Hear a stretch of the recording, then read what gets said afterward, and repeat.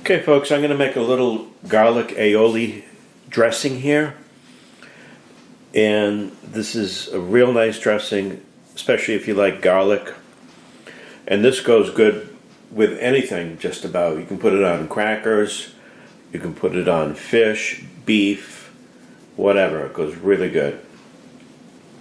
So let's go over the ingredients real quickly.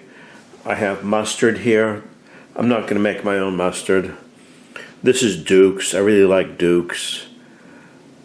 This is a southern thing. I didn't even know Duke's existed until I moved down here almost 2 years ago to Virginia. I have some garlic. This is going to be roasted garlic aioli. Lemon. Coleman's mustard.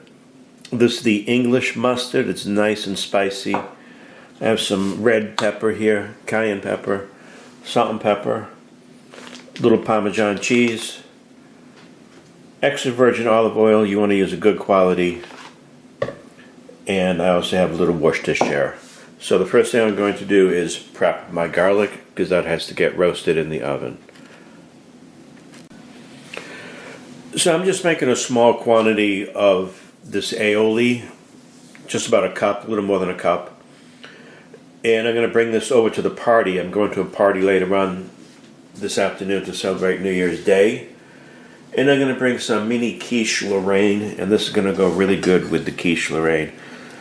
So to prep the garlic, I'm just simply going to cut the top off. Place it on a sheet of foil. And then just drizzle a little olive oil on top of that.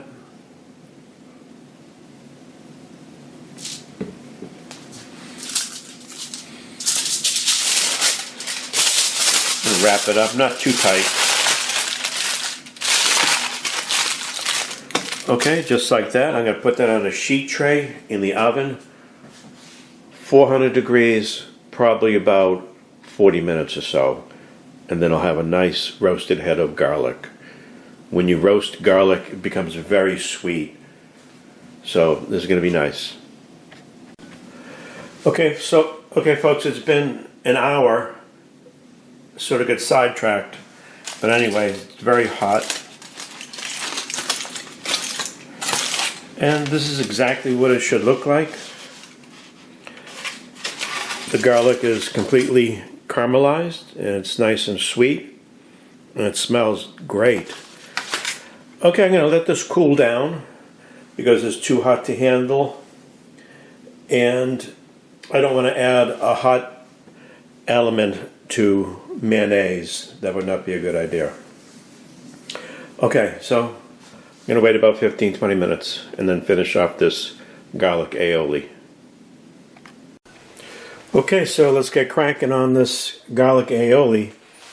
So the garlic has been setting for a while, and what I'm going to do is just squeeze out the garlic from the bulb.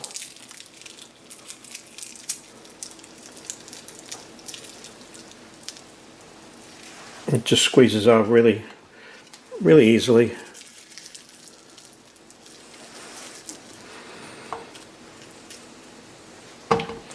Okay, that was about a whole head of garlic.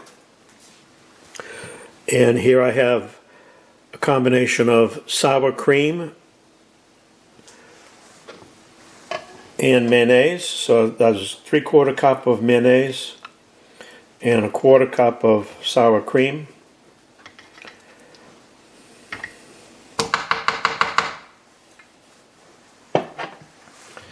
I have some Coleman's mustard. This is the English mustard that I seem to love so much. It's nice and spicy. I'm going to put a teaspoon in there. I'm also going to put a little cayenne pepper.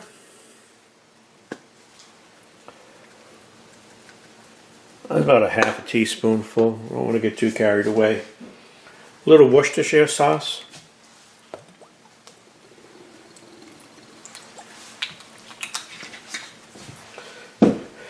Going to put some lemon rind in that.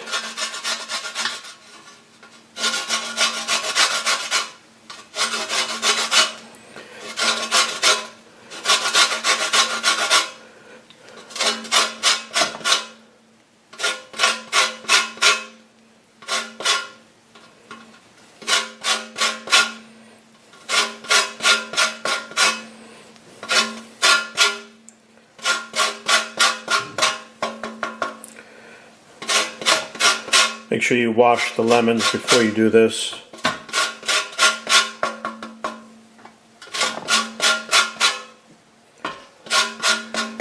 Okay, that has some nice lemon rind in there.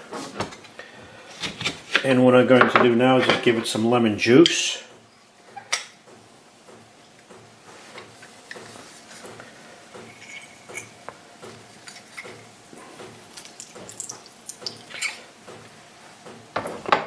That was about a tablespoonful of lemon juice. I don't want to put too much in. I don't want to make it thin.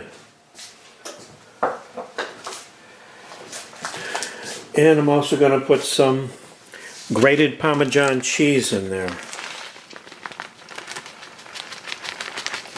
A couple of tablespoonfuls.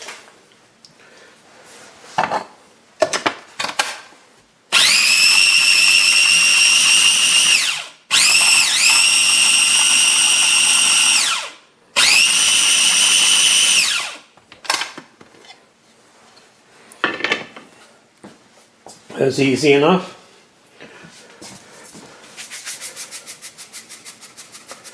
A little salt, about a teaspoon of salt, and black pepper,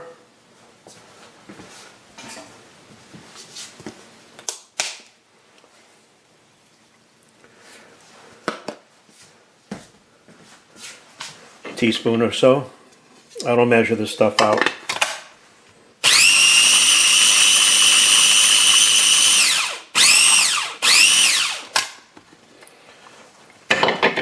Do the taste test here.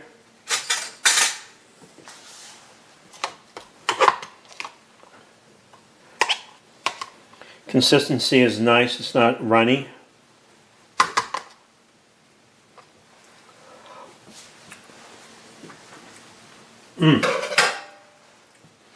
That is really good stuff there.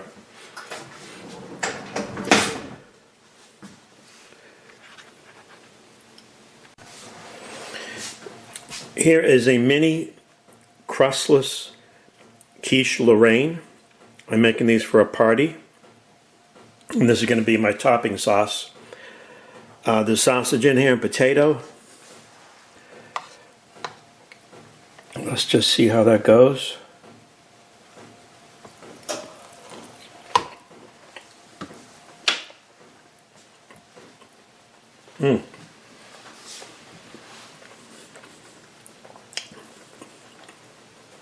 That really goes well.